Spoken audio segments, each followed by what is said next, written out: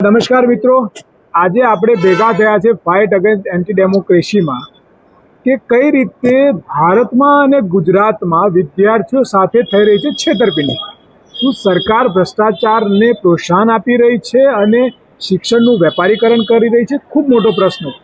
યુપીએસસીની આખી ઘટના તમે સૌ જાણો છો, નીટની ઘટના જાણો છો, પેપર લીકની ઘટના જાણો છો, અને લાયકાત વગરના કુલપતિ અને લાયકાત વગરના રજિસ્ટ્રારની વાત જાણો છો, લાયકાત વગરના અધિકારીઓ તથા લાયકાત વગરના શિક્ષકોની વાત જાણો છો. શું આ ગુજરાતમાં શિક્ષણની જગ્યાના પદો તથા તમામનું પ્રાઇવેટાઇઝેશન કરી અને સરકાર શિક્ષણને વેપાર બનાવી અને શિક્ષણ માફિયાઓ સાથે ભાગીદારી કરી લીધી છે? એવો સવાલ દરેક વિદ્યાર્થીના મનમાં છે, દરેક વાલીના મનમાં છે અને ગુજરાતના એક જનતાના મનમાં છે. આજે વાતને લઈને એક એવા મુદ્દા પર હું આવી ગયો છું વિદ્યાર્થીઓ વચ્ચે. આખી મુહિમ જે શરૂઆત કરી અમે, એનું મૂળ કારણ એવું છે કે અમારા અભ્યાસમાં સામે આવ્યું છે કે જ્યાં સુધી જે કન્ટ્રીની, જે દેશની પ્રજા પોતે જાગૃત ના થાય ત્યાં સુધી એ દેશ ક્યારે પણ વિકાસશીલ બની શકતો નથી. આપણા દેશમાં તકલીફ છે કે અન્યાય થવાવાળો ઘરે ઓશીકું મૂકીને સૂઈ જાય છે અને બે ચાર લોકો રોડ પર આંદોલન કરે છે, જેના પરિણામે ભ્રષ્ટાચાર, ગેરવહીવટ અને આવા બોગસિયાઓ આ દેશ પર રાજ કરતા હોય છે. ચલો આજે આપણે એ વાત કરીશું વન વિભાગની, ફોરેસ્ટ વિભાગની પરીક્ષાનું, અને એમાં 3 લાખ વિદ્યાર્થીઓએ પરીક્ષા આપી પણ આજે એમનું ભવિષ્ય અંધકારમય બનીને ઊભું રહી ગયું છે. પ્રાઇવેટ એજન્સીઓ પરીક્ષા લઈ રહી છે, એમને હિન્દી અને ઇંગ્લિશ સિવાય આવડતું નથી, ગુજરાતનું ગૂગલમાં ટ્રાન્સલેશન કરીને પેપર આપે છે, તગડી ફીઓ વસૂલવામાં આવે છે અને છેલ્લે સેટિંગ બાજો સટોડિયાઓ ગોઠવાઈ જાય છે અને એમના મળતિયાઓને પાસ કરી અને નોકરી લગાવવાનું ચાલી રહ્યો છે ગોરખધંધો. આપ જાણો છો આ એકલી વાત નથી, અગાઉ પણ આવા ગોરખધંધા સામે આવ્યા હોય. ડુપ્લિકેટ પોલીસની વાત હોય, ડુપ્લિકેટ કચેરીની વાત હોય કે ડુપ્લિકેટ અધિકારીઓની વાત હોય, આ જ રીતે એમના મળતિયાઓને મૂકી અને કરી રહ્યા છે કૌભાંડ. આપણે વાત કરીશું સ્ટુડન્ટ સાથે સીધી. વન વિભાગની પરીક્ષા બાબતે તમારું શું માનવું છે? એક્ઝામ કન્ડક્ટ કરી, બરાબર, લગભગ 5 મહિના થયા પણ હજુ કોઈ પરિણામ આવ્યું નહીં. એકચ્યુઅલી આ એક્ઝામની જાહેરાત ક્યારે થઈ હતી? પરીક્ષા લેવામાં ક્યારે આવી? આ તો બહુ જૂની છે, લગભગ 2022માં એની જાહેર થયેલી, ફોર્મ ભર્યા, પછી 2023માં 10મા મહિના કન્ફર્મેશન મંગાવ્યું અને પછી એક્ઝામ 8 ફેબ્રુઆરી 2024થી ચાલુ થઈ અને 27 ફેબ્રુઆરી 2024 સુધી થઈ, બરાબર. આજે એ વાતને લગભગ 5 મહિના થયા પણ કોઈ રિઝલ્ટ આવ્યું નહીં, અને આવ્યું તો જો પારદર્શકતાની વાત કરતા હોય તો 5 મહિના થયા, બરાબર, તો કોઈ જે અમને આપ્યું છે જિલ્લા વાઇઝ કટ ઓફ પણ કોઈ માર્ક્સ આપ્યા નહીં. જો પારદર્શક હોય તો માર્ક્સ આપે ને, જાહેર કરે ને. અચ્છા, આ જે માર્ક્સ વાળે આખો વિવાદ ચાલે છે એ બાબતે વિદ્યાર્થીઓના મનમાં શંકા કેમ છે? કેમ કે એવું છે કે માર્ક્સ જે અત્યારે કટ ઓફ જાહેર કરે ને 6000 સમથિંગ, એમાં એવું છે કે માર્ક્સ જાહેર નહીં કર્યા અને મેરિટ બી એટલું હાઈ છે જે પોસિબલ નહીં. 170-77 ની આસપાસ અટક્યું છે મેરિટ. એટલું પોસિબલ નહીં આમ જોવા જઈએ તો. એવું છે. તમારું શું માનવું છે? મારા 131 માર્ક્સ આવી છે પણ મારું દાહોદ જિલ્લામાં પરીક્ષા પણ આવી નથી, તો એટલું બધું મેરિટ છોકરીનું તો ના હોઈ શકે ને. અને જૂની એક્ઝામ લો તો એટલું બધું હોય નહીં. જે જૂની એક્ઝામ લો ને, કે તલાટી લો ને, તો ઓબીસીમાં 38 માર્ક્સ હતા. એ રીતના જુઓ ને, જૂની એક્ઝામ જોડે તમે કમ્પેર કરો ને તો આટલું હાઈ મેરિટ હોય નહીં. અને જો આટલું હાઈ મેરિટ હોય, બરાબર, તો કંઈક તો હોય ને, પારદર્શક હોય. નોર્મલાઇઝેશન સાથે માર્ક્સ જાહેર કરો તમે. અચ્છા, એ નથી કર્યા. હા, અમારા જેટલા હોય એક્સેપ્ટ કરી લેશું. 80 હોય, 90 હોય, 95 હોય, 110 મને જે હોય. જાણવા મળ્યું છે કે આમાં 30 એવા ક્વેશ્ચન હતા કે જે આ લોકોએ ડિલીટ કરી નાખ્યા, કદાચ ભૂલ થઈ, તો એના માર્ક્સ સીધા આપી દીધા. તો એની શું અસર થઈ તમારા પર? એ કોઈ સ્પષ્ટતા કરેલી નથી કે કઈ રીતે માર્ક્સ ગણતરી થઈ છે. કોઈ સ્પષ્ટતા નથી, એમને મન ફાવે. અચ્છા, મને એવું પણ જાણવા મળ્યું છે કે ઘણા પરિવારના 3 જણાને પાસ કરી દીધા. અમુક કાસ્ટ પર જ અમુક કેટલા વસાવા કાસ્ટ છે, અમુક કાસ્ટ પર જ કેટલા બધા નામો છે અને એક પરિવારમાંથી જ કેટલા બધા નામ આવ્યા છે. અચ્છા, વિદ્યાર્થીઓના મનમાં એવી શંકા છે કે અહીંયા ખૂબ મોટા પાયે સેટિંગ કરી અને કરવામાં આવ્યું છે, એવું આપ માનો છો? તમારું શું કહેવું છે મહેન્દ્રભાઈ? તમે પણ કોમ્પિટિટિવ અને એક જ જિલ્લા પર એક નામ પર 2 નામ ચડાવવામાં આવ્યા છે. એક નામ પર એક જ એક જ જિલ્લામાં એક લિસ્ટ પર 2 નામ ચડાવવામાં. એક લિસ્ટ પર 2 નામ ચડાવવામાં. તમારું શું માનવું છે મહેન્દ્રભાઈ? તમે પણ કોમ્પિટિટિવ એક્ઝામની તૈયારી કરો છો, અત્યારે કઈ એક્ઝામની તૈયારી કરો છો અને શું માનો છો? હું અત્યારે પોલીસ કોન્સ્ટેબલ અને પીએસઆઈની તૈયારી કરું છું. તો તમે જે તૈયારી કરો છો એમાં તમને એવું લાગે છે ખરું કે તમે જે તૈયારી કરી રહ્યા છો એમાં સફળ થશો? જે રીતે આ નીટ એક્ઝામ હોય, જે રીતે પેપર લીકની વાત હોય, યુપીએસસી હોય, આ તમામમાં જે સરકાર નિષ્ફળ જઈ રહી છે, એમના મળતિયાઓ જે રીતે ભ્રષ્ટાચાર કરીએ, તમને શું લાગે છે કે હવે તમારું ભવિષ્ય ઉજ્જવળ ખરું?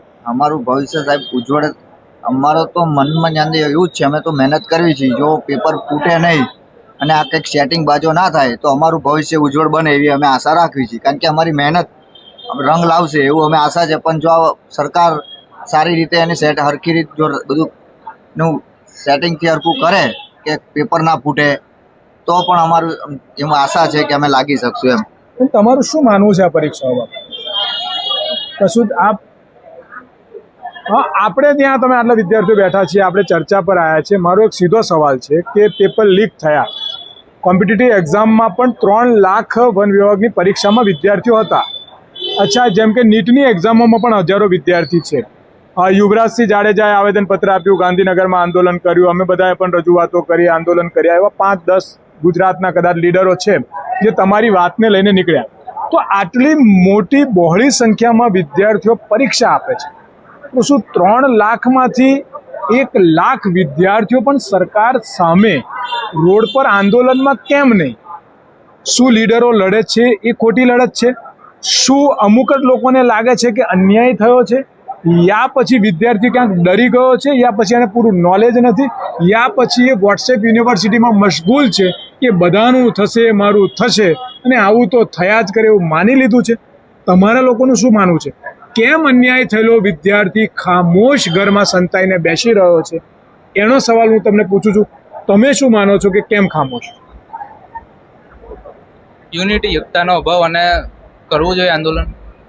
શું વિદ્યાર્થીઓમાં ડર છે? ડર ખરો, અને આ શું છે, કંઈ સ્પષ્ટ કરતા નહીં. હવે આલી છે કંઈક ડે બાય ડે ડિલે કરવાની વાત ચાલે છે. તમારું શું માનવું? વિદ્યાર્થી કેમ ખામોશ? આ રીઝન આપે ડર છે. તમે શું? અમુક છોકરાઓ પરિણામ આવશે એવું કરીને ચૂપ બેસી રહ્યા છે કે મારું પરિણામ આવે એમાં મારું નામ આવે છે, એમ કરીને અમુક વિદ્યાર્થી ચૂપ બેસી રહ્યા છે. તમે શું માનો છો? બોલ તો ખરા કઈ. બોલ કઈ કામ. તમે બોલો, શું માનો? હું તો માનું છું કે આ સરકારને જોવું પડશે કે આ હું જોવું પડશે. વિદ્યાર્થીઓ ચૂપ કેમ છે? મારો સવાલ સીધો છે. વિદ્યાર્થીઓ ડરી ગયા છે. વિદ્યાર્થીઓ ડરી ગયા. વિદ્યાર્થીઓમાં એક ડર છે. પડે બધું અલટ પલટ થઈ રહ્યું છે. એમ કે મતલબ કે પેલા ભરતી કરે, પછી રદ કરે છે, આ કરે છે, ફલાણું કરે છે. એટલે વિદ્યાર્થીઓમાં એક ડર છે, એટલે વિદ્યાર્થીઓ બોલી નથી શકતા. અને ઘણા વિદ્યાર્થીઓ સ્વીકારી લીધું છે કે આ તો થયા જ કરે, એટલે એમાં જે બધાનું થવાનું હશે આપણું થશે.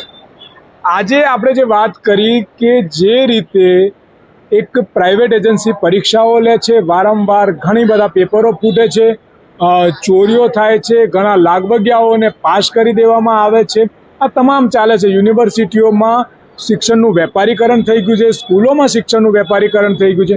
મધ્યમ અને ગરીબ વર્ગનો વિદ્યાર્થી ના બસનું ભાડું કાઢી શકે છે, ના હોસ્ટેલનું ભાડું કાઢી શકે છે, ના જમવાનું ભાડું કાઢી શકે છે. અને ગાંધીનગર ગામડાના કિનારાથી બહુ દૂર છે. બસો શિક્ષણ મેળાઓ, મુખ્યમંત્રીના ફંક્શનો અને પ્રધાનમંત્રીના ફંક્શનમાં સરકારી બસો વ્યસ્ત છે. ટ્રેનોનો ભરોસો નહીં, વરસાદમાં બંધ થઈ જાય, પટરી પરથી ગમે ત્યારે ઉતરી જાય. એના કારણે ગાંધીનગર સુધી વિદ્યાર્થી પહોંચી અને પોતાનો અવાજ પહોંચાડી નથી શકતો. પણ આજે અમે આપણી વચ્ચે આ ચર્ચા કરવામાં આવ્યા છે કે આ માત્ર વન વિભાગની વાત નથી. આ તમામ શાખાઓની તમામ કોમ્પિટિટિવ એક્ઝામોમાં હરરોજ બરોજ થતા ભ્રષ્ટાચાર, ગેરવહીવટ અને મળતિયાઓને લાગવગથી લગાવવાનો ધંધો ચાલી રહ્યો છે. એની અંદર આપ સૌ વિદ્યાર્થી મિત્રોને, ગુજરાતની જનતાને કહું છું, જાગવું પડશે. રોડ પર આવવાની જરૂર નથી. બસના ઠેકાણા નથી તો ગભરાશો નહીં. જીઓ મોંઘું થઈ ગયું તો ગભરાશો નહીં. અને ટ્રેનની પટરી પરથી ઉતરી જાય તો પણ ગભરાવાની જરૂર નથી. તમે થોડાક આજુબાજુથી વાઈફાઈનો સહારો લેજો. કોઈની પાસે વધારે ડેટા હોય તો થોડું અર્થિંગ લેજો. સોશિયલ મીડિયા પર સરકારને બાયકોટ કરો. અને તમારો જે 18 વર્ષનો મત અધિકાર છે એમાં પણ સરકારને બાયકોટ કરો. તમે જ નહીં લડો તો તમારો અધિકાર તમને ક્યારેય નહીં મળે. અમે હંમેશા કહીએ છીએ, ખામોશ રહેશો તો ગુલામ રહેશો, નહીં બોલો તો ન્યાય ક્યારેય નહીં મળે. તમારે તમારા ભવિષ્ય, તમારા પરિવારના ભવિષ્ય માટે જો આગળ વધવું હશે તો બોલવું પડશે. ગાંધીજીએ શરૂઆત કરી હતી ગામડામાંથી. જ્યારે આ દેશની તમામ જનતા, કારણ કે ગાંધીજી કહેતા હતા કે ગામડાનો છેલ્લો વ્યક્તિ જાગશે ત્યારે આઝાદી મળશે. એ જ રીતે ફરીવાર 1-2 લીડરના આંદોલનને આવેદનપત્રથી બદલાવ નહીં આવે, પણ તમે ગામડાના ખૂણે ખૂણાનો એક વિદ્યાર્થી પોતાના અન્યાય માટે, બાજુવાળાના અન્યાય માટે, દૂરમાં દેખાતા અન્યાય માટે બોલશો અને લડશો અને સરકારની શાન ઠેકાણે લાવશો તો જ તમને ન્યાય મળશે. વિશ્વગુરુ બનવા માટે, વિશ્વના સુધારા માટે આગળ આવવું પડશે. ઘરે ગોદડામાં સૂતા અને ખાટલામાં વોટ્સએપ વાપરવાથી ના તમારું ભવિષ્ય બદલાશે, ના દેશનું ભવિષ્ય બદલાશે. ફાઇટ અગેન્સ્ટ એન્ટી ડેમોક્રેસી યોદ્ધામાં અમારો આટલો જ મકસદ છે. પોતાના પગ, હાથ અને મોઢાનો ઉપયોગ કરો. બુદ્ધિને વોટ્સએપમાંથી કાઢી અને એનો પણ ઉપયોગ કરી પોતાના અધિકાર માટે રોડ, રસ્તા, સોશિયલ મીડિયામાં આવી સરકાર બાયકોટ કરીને લડવાનું ચાલુ કરો. ભીખ માંગવી નહીં પડે, અધિકાર જાતે મળી જશે. જય હિન્દ, ભારત માતા કી જય.